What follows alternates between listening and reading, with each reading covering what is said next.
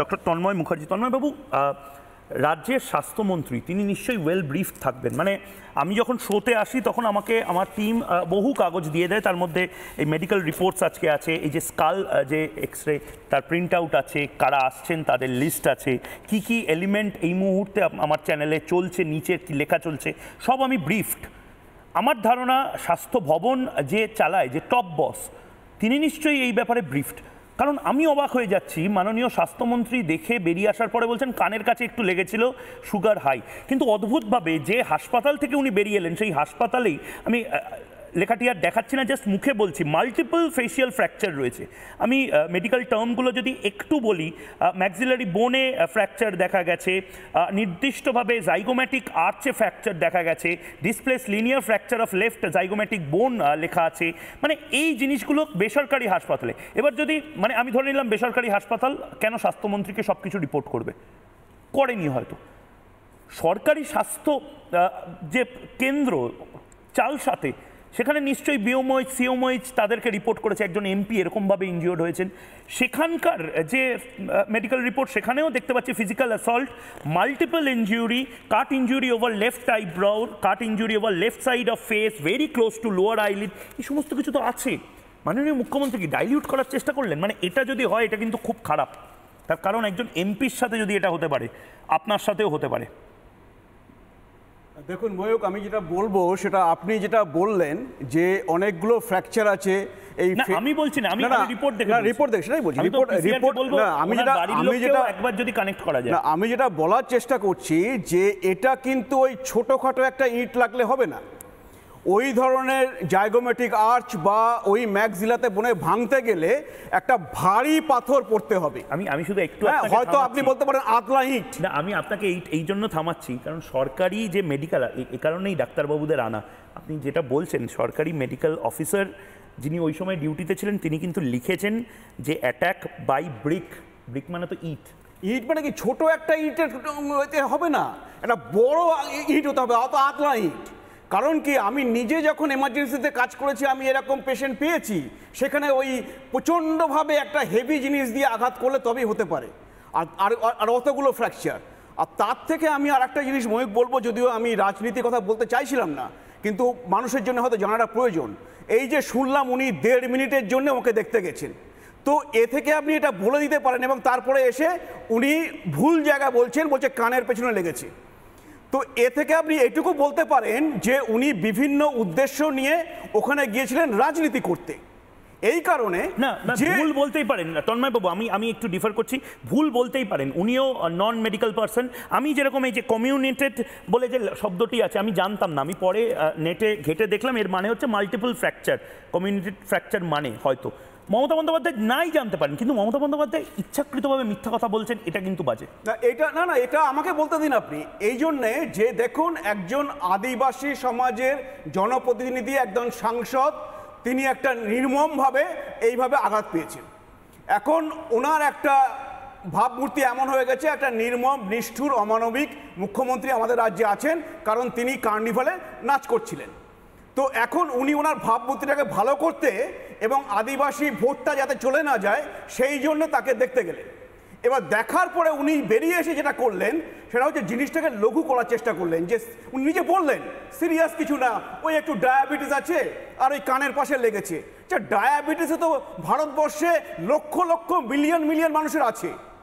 আর আপনি যেটা এখানে বললেন যে ডায়াবেটিসের জন্য তো কোনো ফ্র্যাকচার হয় না। তো এখন উনি এটাতে লঘু করার চেষ্টা করলেন যে বিশেষ কিছু হয়নি, অত চিন্তার নেই। কিন্তু আপনারা যে রিপোর্ট দেখাচ্ছেন, মানুষ যে হচ্ছে এই 3 ডাইমেনশনাল এই যে ইমেজ দেখছে, যে সেখানে পরিষ্কারভাবে দেখা যাচ্ছে যে চোখের নিচের এই বনে ফ্র্যাকচার রয়েছে, ভেঙে গেছে, তো এইটা দেখে তারা সব বুঝতে পারছেন। তো আপনি পাশাপাশি চিন্তা করুন যে নন্দীগ্রামে ওনার হচ্ছে অ্যাঙ্কেলে চোট লেগেছিল, তারপরে নাকি SSKM-এ MRI হয়েছিল। তো আজকে 5 বছর ধরে আপনারা দেখাতে পারলেন না কেন? আমার সেটা দেখতে ইচ্ছে করছে, কারণ তখন ওনার পায়ে প্লাস্টার হয়েছিল। তো ওনার হচ্ছে কোথায় ফ্র্যাকচার হয়েছিল, কি ওনার ইঞ্জুরি হয়েছিল, আমার সেটা জানতে ইচ্ছে করছে বাংলার মানুষ হিসেবে। তো আপনারা আজকে 5 বছরে সেটা দেখাতে পারলেন না। তো এইটা হচ্ছে দেখুন, উনি যেটা গিয়েছেন ওনার ভাবমূর্তিটা ভালো করতে 1.5 মিনিট সেখানে ছিলেন, বেরিয়ে এসে পুরো জিনিসটাকে উনি এমন একটা করলেন যে বিশেষ কিছু হয়নি। আর আপনি যেটা বলছেন যে উনি ভুল বলেছেন, কিন্তু উনি এটাও বলেছেন যে উনি ডাক্তারদের সাথে কথা বলে নাকি জেনেছেন, এবং তিনি স্বাস্থ্যমন্ত্রী, এটা মনে রাখতে হবে। তো তিনি যদি না বলতে পারবেন ঠিক করে, তিনি যদি ভুল বলবেন, তাহলে তিনি ডাক্তারদের কাছে বললেন না কেন যে আপনারা বলে দিন? তিনি মেডিকেল বোর্ডের থেকে রিপোর্টটা নিয়ে দেখালেন না কেন? না, হেলথ বুলেটিন তো দেওয়া হচ্ছে। আমি নারায়ণবাবুর কাছে ঠিক সেই জায়গাতেই যাও। নারায়ণবাবু, আবারও বলছি, আমরা কেউ মানে সমাজের বাইরে নয়, আমরা কেউ সমাজের ঊর্ধ্বে নয়। আমি কেন এই জিনিসটা ঠিক নয় বলেই আজকে আমি পলিটিক্যাল কোনো শো রাখিনি, আপনাদের মতন বিশিষ্ট চিকিৎসকদেরকে আমি নিয়ে এসেছি। তার একটাই কারণ, এটা যদি নর্মালাইজ হয়ে যায় নারায়ণবাবু, সমাজের জন্য কিন্তু ভালো নয়। কারণ আজ মানে এটা কোনো বুথ লেভেল কোনো কর্মীর যদি এরকম ঘটনা ঘটে, কোনো প্রতিবাদী সাংবাদিকের, কোনো প্রতিবাদী চিকিৎসকের, বুদ্ধিজীবীর, যারা অভয়া মঞ্চর হয়ে লড়াইটা করছে, তাদের যদি এটা হয়, তাহলে তাদের ক্ষেত্রে কি হবে? সত্যিই তো তাদেরকে দেখতে অমিত শাহজি, তাদেরকে দেখতে কিরেন রিজিজু, শুভেন্দু অধিকারী হয়তো কেউ আসবে না, তাদের হয়তো এত তাড়াতাড়ি এত ফ্যাসিলিটি দেওয়া যাবে না, হয়তো এইমসের জন্য তদবির হয়তো তাদের করা যাবে না। আমি ভয় পাচ্ছি তাদের জন্য। মানে এতটা নর্মালাইজ করা কি ঠিক? শুধু পশ্চিমবঙ্গে হয় বোধহয় এটা। নারায়ণবাবু, আসলে বাংলার রাজনীতিটাই না আজকাল কীরকম পাল্টে গেছে। ঠিক, মানে যেটা ওভার দ্য ডিকেডস আমি দেখছি, রাজনীতি বোধহয় তারাই করছেন যারা মিথ্যে কথা বলতে পারেন এবং দুর্নীতিগ্রস্তরা। এটা বেশিরভাগ ক্ষেত্রে কিন্তু সত্যি কথা, যার জন্য দেখবেন শিক্ষিত লোকেরা রাজনীতি থেকে দূরে চলে যাচ্ছে। সেটা আমাদের সমাজের পক্ষে খুব খারাপ, কারণ রাজনীতির লোকেরাই কিন্তু আমাদের মাথায় চড়ে বসে আমাদের এগেনস্টে করতে থাকবে স্টেপ, এবং আমরা শিক্ষিত লোকেরা তাদের পোষমানা লোক হয়ে থাকব। যেমন আইএএস, তারা কতটা কোয়ালিফাইড, তাদেরকে রেসপেক্ট করে কথা বলা উচিত। আমি তো মনে করি আমি প্রত্যেককে আপনি বলে বলি, তুই তোকারি সম্পর্কটা না ঠিক ভালো লাগে না। মানে এটা অবশ্যই এক একজনের কি বলবো রুচি, তার কীরকম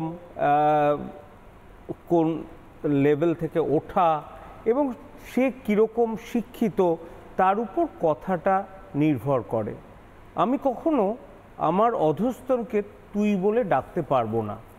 আমি কোনো সিস্টারকেও তুই বলে ডাকি না, আপনি বলে ডাকি। এটা হচ্ছে আমার নিজের শিক্ষা, এটা আমায় শিখিয়েছে।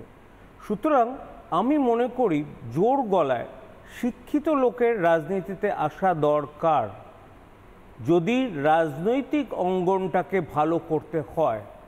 কারণ রাজনৈতিক অঙ্গন ক্রমশ দুষ্কৃতি এবং অশিক্ষিত লোকেতে ভরে গেছে, শুধু মাসলম্যান, এবং আপনি দেখবেন বেশিরভাগেরই কোয়ালিফিকেশন খুব কম, কথা বলার ক্ষমতা তো ছেড়ে দিন। আপনি একজনও প্রেজেন্ট গভর্নমেন্টের রাজনৈতিক ব্যক্তিত্ব দু একজন ছাড়া তাদের কোয়ালিফিকেশানটা একটু দেখে নেবেন, তারা কতটুকু সমাজের সাথে দায়বদ্ধ সেটাও দেখে নেবেন। শুধুমাত্র ভাতা দিয়ে সবাইকে ভুলিয়ে এভাবে চলতে পারে না। রাজনীতির পরিবর্তন দরকার। রাজনীতির পরিবর্তন না হলে কিন্তু আমাদের সমাজের অধঃপতন অনিবার্য। বেশ, আমি একবার একটু আপনাদেরকে থামাচ্ছি, কারণ এই মুহূর্তে যে ছবি আমাদের কাছে আসছে, রাজ্যপাল মাননীয় রাষ্ট্রপতিকে রিপোর্ট জমা দিয়েছেন বাংলা নিয়ে। এই মুহূর্তে যে ব্রেকিং নিউজ এবং যে ছবি আমরা রাষ্ট্রপতি ভবন থেকে পাচ্ছি, মাননীয় রাজ্যপাল সিভি আনন্দ বোস মাননীয় রাষ্ট্রপতি দ্রৌপদী মুর্মুকে রিপোর্ট জমা দিয়েছেন। রাষ্ট্রপতির কাছে বাংলার রিপোর্ট জমা দিলেন রাজ্যপাল সিভি আনন্দ বোস। বাংলার পরিস্থিতি ভালো নয়, পথ দেখান। রাষ্ট্রপতির কাছে নালিশ রাজ্যপালের। নির্দিষ্টভাবে সূত্রের খবর বলা হয়েছে যে পরিস্থিতি একেবারেই ভালো নয়, যদিও রাজ্যপাল কোনো ধরনের কোনো রেকমেন্ডেশন করেননি বলে আমাদের কাছে খবর। আবারও বলছি, কোনো ধরনের কোনো রেকমেন্ডেশন রাষ্ট্রপতির কাছে রাজ্যপাল করেননি, কিন্তু বাংলার পরিস্থিতি ভালো নয়, পথ দেখান, খুব গুরুত্বপূর্ণ শব্দ। দিল্লিতে রাষ্ট্রপতি ভবনে যান সিভি আনন্দ বোস। এই ছবি এই মুহূর্তে দেখতে পাচ্ছেন, সিভি আনন্দ বোস এবং রাষ্ট্রপতি দ্রৌপদী মুর্মু। দ্রৌপদী মুর্মু বাংলা খুব ভালো বলতে পারেন, বাংলা বোঝেন।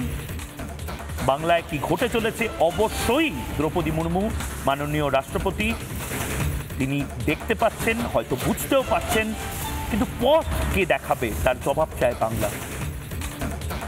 আমি ডাক্তারবাবুদের কাছে যাওয়ার আগে এবার আমি দেখে নিতে চাই যেটা চিকিৎসক মহল বলছেন, যে শুধুমাত্র এরকম ধরনের ইনজুরি, আমি কেন বলছি এটা একটা কেস স্টাডি, আপনার সাথে যদি এরকম কিছু হয় আপনার রাতের ঘুম উড়ে যাবে। কেন জানেন? কারণ রাজ্যের স্বাস্থ্যমন্ত্রী খুব সহজে বলে দেবে ওটা তো ছোট ঘটনা, নট সো সিরিয়াস। কিন্তু আসলে আমি যেরকম দেখালাম, মুখে হলে, চোখে হলে তার কি এফেক্ট পড়তে পারে, ঠিক সেরকম দাঁতে এবং নিউরোলজিক্যাল কি এফেক্ট পড়তে পারে একবার দেখে নিই। একবার আমি ফুল ফ্রেমে দেখে নেব যে প্রথমে ইএনটি দেখে নিই। ইএনটি অর্থাৎ একদম নির্দিষ্টভাবে নাক, কান, গলাতে, নাক বেঁকে যেতে পারে এরকম ধরনের পাথরবাজি যদি হয় মুখে, নাক ও সাইনাসের জটিলতা তৈরি হতে পারে, নাক দিয়ে রক্তপাত হতে পারে যেটার দীর্ঘকালীন সমস্যা দেখা দিতে পারে, ত্বকে বাতাস ঢুকে ফুলে যেতে পারে এবং সেটাও কমপ্লিকেশনস তৈরি করতে পারে, সাইনোসাইটিস সংক্রমণ হতে পারে এবং তার পাশাপাশি মস্তিষ্কের তরল নাক দিয়ে বেরোতে পারে। এরপরে স্নায়ু এবং অন্যান্য জটিলতার মধ্যে প্রাথমিক হলো মস্তিষ্কের আঘাত, যেটা ভগবানের দয়ায় বা ভাগ্যক্রমে এখানে হয়নি। ভেতরে কোনো ইন্টারনাল ক্লট নেই, গাল অসাড় হয়ে যেতে পারে, ভাগ্যক্রমে এরকম কোনো সম্ভাবনা এখনো তৈরি হয়নি। মুখের পেশির দুর্বলতা এখনো রয়েছে, মুখটা যথেষ্ট ফুলে রয়েছে। নানা ধরনের কন্টেন্ট দেখার জন্য লাইক করুন, শেয়ার করুন আমাদের ফেসবুক পেজ, সাবস্ক্রাইব করুন আমাদের ইউটিউব চ্যানেল। পাশাপাশি অন্যান্য ব্রেকিং নিউজের জন্য অবশ্যই চোখ রাখুন রিপাবলিক বাংলায়।